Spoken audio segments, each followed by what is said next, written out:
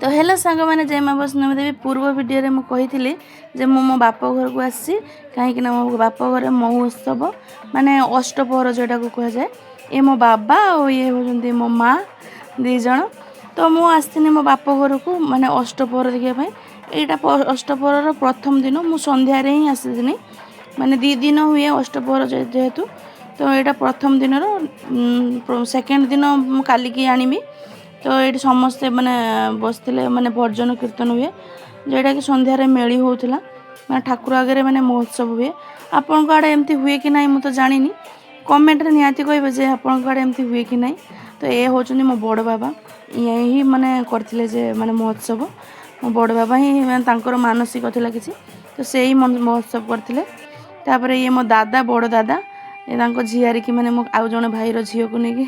खेलुचंदी तो माने समस्ते का माने बहुत एंजॉय करथिलु। ये मो पीसी झियो ये हूँ मो पीसी झियो मो पीसी माने समस्ते बसथिलु ये ठाकुर पूजा होची जहाँकि ये माने पाया चैतन्य जी से आसी नांती काली आसीबे ये कलाबंधु ठाकुर माने आछंती जेटा को माने जहाँ को कह जाए जे निताई गौर से आसी नांती काली आसीबे। तापर मो समस्ते जो माने भजन करथिले तो मुझे को किसी पुरस्कार देथिनी। तापर सेटा हैला पर माने भजन कीर्तन आरंभ हुए केमती आम गाँव में केमती हुए देखंतु आपन को आड़े केमती हुए कमेंट रे कहिबे देखंतु वीडियो टी केमती लागुची कहिबे निश्चय।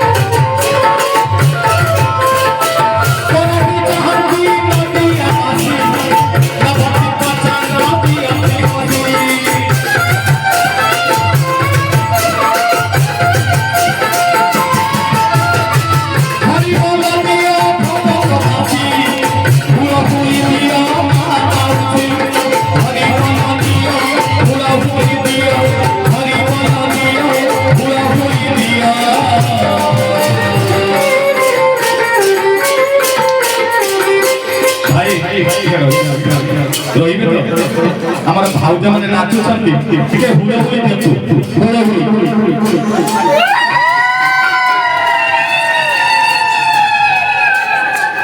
ମାଇକ୍ରୋଫୋନ ଫାଟି ଫାଟି ଦେଖ ହୁଳ ହୁଳି ଭାଇ ये ହରିବୋଲ ପକେଇଲା ହରିବୋଲ ପକେଇଲା ଚୈତନ୍ୟନାଥ को बिहार में चैतन्यनाथ को बिहार चैतन्यनाथ को बिहार अरे मम्मी अब तो हरिबोल दिया भक्त साथी पूरा हुई दिया हरिबोल दिया पूरा हुई दिया हरिबोल दिया पूरा हुई दिया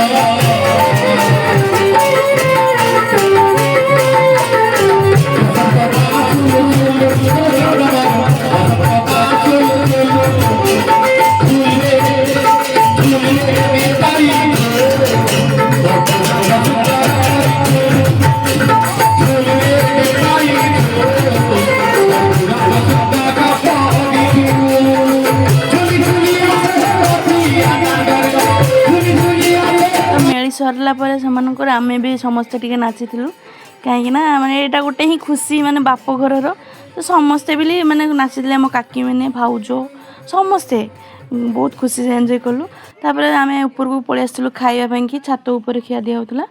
आम आसला को समस्ते खाई सारे आम खाली जतिक जन मैंने नाचुले ये करते से मैंने खाई तो आम भी खाइबा बसीगलु। तो आपण मैंने जब मो वीडियो को प्रथम थर कर देखुए तो मो वीडियो को लाइक कमेंट शेयर करी सब्सक्राइब कर दिंतु। रही जय जगन्नाथ।